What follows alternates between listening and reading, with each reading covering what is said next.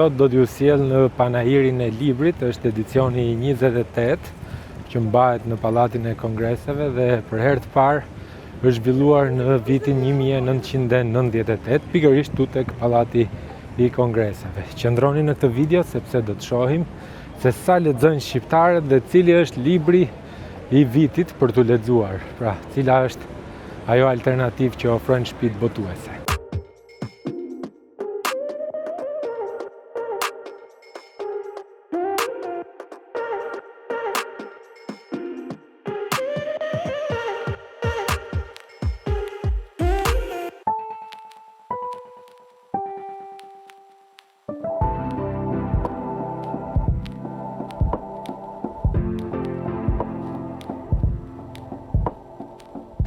Ora është 13 dhe praktikisht mësimi për gjimnazistët apo për shkollat nëntëvjeçare ka përfunduar, por shohim se çfarë bëhet këtu brenda. Ka njerëz që kërkojnë libra apo jo? Panajiri mbahet çdo vit në Pallatin e Kongreseve dhe mbledh shtëpitë botuese më të njohura të vendit. Këtu gjen gjithçka. Nga letërsia artistike, te librat shkencor, historik, libra për fëmijë dhe sigurisht edhe autorë që sjellin vepra të reja çdo vit. Një nga emrat më të dashur të artit dhe satirës shqiptare, Bujar Kapexhiu, vjen këtë herë jo si karikaturist, por edhe si autor librash satirik.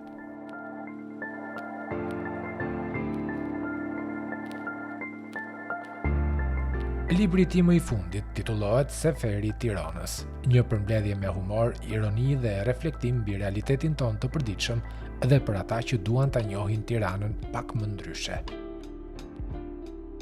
Në këtë panajir kam ardhur me disa botime të kaluara, njëkohësisht edhe me 2 botime të këtij viti.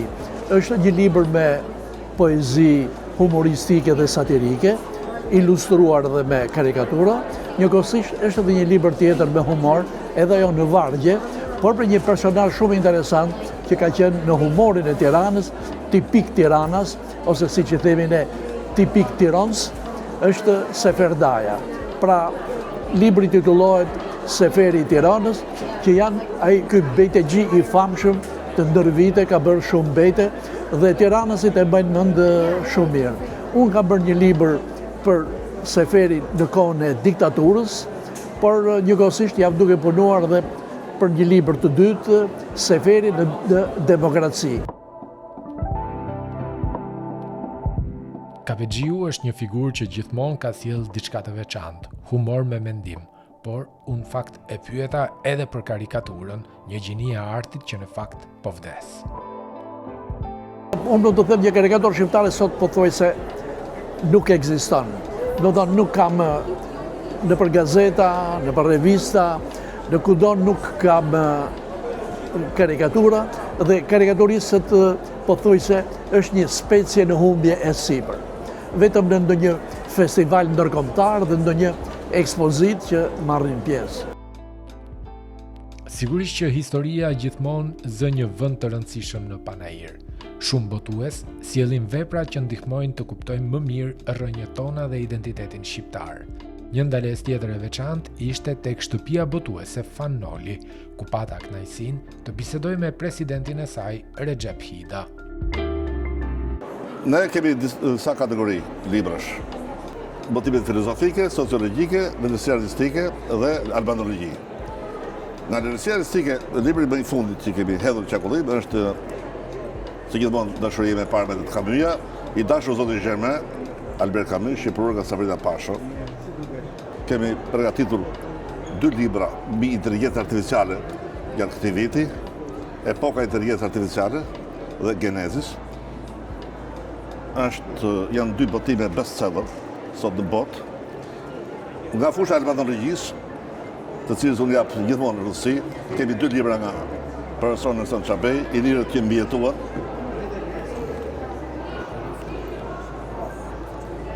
Dhe epirotët shqiptar të lartësisë.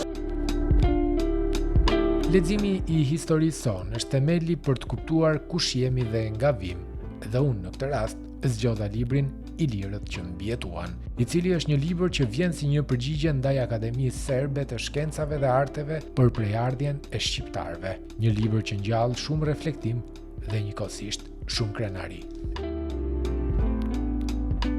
Një tjetër autore që më tërhoqi vëmendjen ishte Suela Kalaja, me librin e saj Mirëqenia psikologjike në punë, nga stresi tek ndërhyrja efektive. Një temë aktuale dhe shumë e rëndësishme për çdo që përballet me sfidat e përditshme të punës. Është libër që i kushtohet punonjësve në fakt dhe i drejtohet në mënyrë këshilluese drejtuesve se si duhet ta shohin punonjësin, jo vetëm si një makineri prodhimi, por në fakt si një individ, si një qenie njerëzore që sa më shumë është si puna e saj lules, që po të dish ta ujisësh, di edhe të çeli më shumë goxha. E njëjta gjë duhet të kuptohet tashmë dhe nga shoqëria jonë dhe nga strukturat tona, që punojnësi nuk është thjesht makineri, nuk është një qenie që ti mund pundonin dhe ai mund të jetë produktiv. Jo, duhet ushqehet, duhet kuptohet.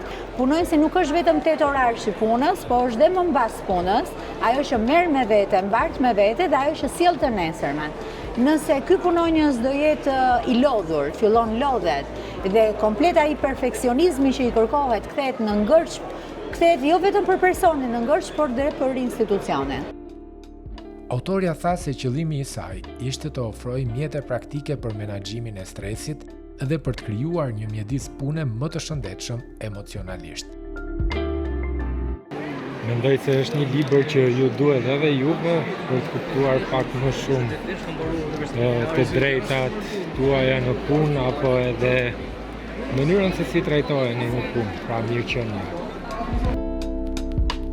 Një kënd i veçantë në panajër është gjithmonë letërsia për fëmijë.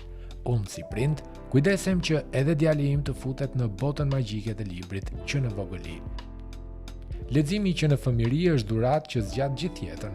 Pata kënaqësinë të diskutoj pak mbi problematikat që ka libri në Shqipëri me autorin Fatmir Gjestila, i cili më dhuroi këtë libër për djalin. Arbnori në kështjellën e Gjergjit, një roman që shpresoj që i mbir ta lexoj dhe ta pëlqej. Jam vetëm orët e para që është hapur panajiri, kështu që do ta keni deri në datë 16 deri të dielën pra. Dhe mund gjeni libra për të rritur, për fëmijë, letërsi shqiptare, të huaj, libra historike dhe është një nga momentet që të gjithë ne kujtohemi që duhet lexojmë një libër sepse na bën mirë, ushqen trurin. Panajiri është gjithashtu një hapësirë për autorët e rinj. Një ndër ta është edhe Kudret Plaku, i njohur nga bota mediatike që këtë herë vjen me një libër për fotografinë dhe videon. Ai ka për qëllim të ndihmojë të gjithë ata që duan të bëjnë foto dhe video me cilësi, një gujde e shkurtër por shumë praktike për krijuesit e rinj. Ja, aparati fotografik dhe fotografia. Libri treg tash. Është libri jot apo? I imi është më sa duket. Të shohim mirë. A jam unë këtu apo nuk ngjajmë shumë. Okej, urime është libër i ri, Është i parë në Shqipëri dhe libër teknik për fotografi. Në fakt unë po kërkoja diçka sepse unë merr me video, bëj YouTube. Po kërkoja diçka që më ke ndjekur. E kam ndjekur dhe shumë bukur. Sidomos me ato ushqimet, tani e ke zbut pak me këto libra.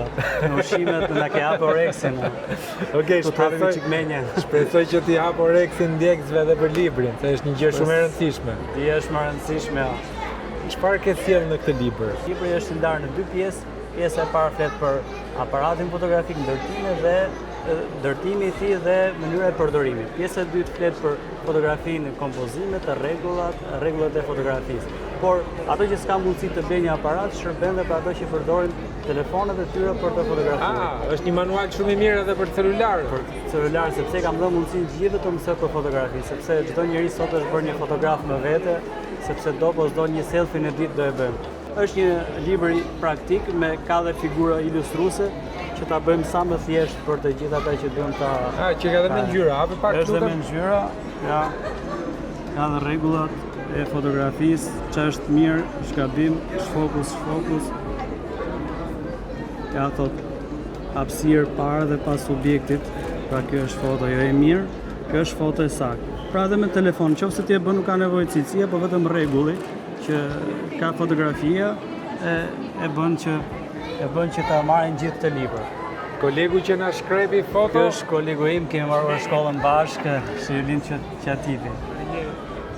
Kemi për pravaskina.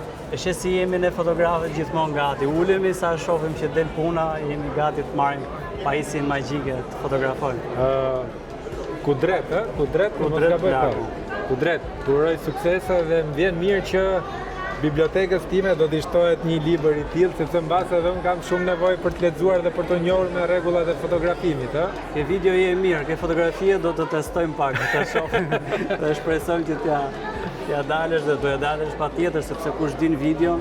Faktikisht ky libër është i mirë për gjithë ata që duan të mësojnë dhe video, nëse ne mësojmë disa rregulla të fotografisë, vlen edhe për video. Pra kompozimi, rregulli treshi, kompozimi, ja. I digam këta.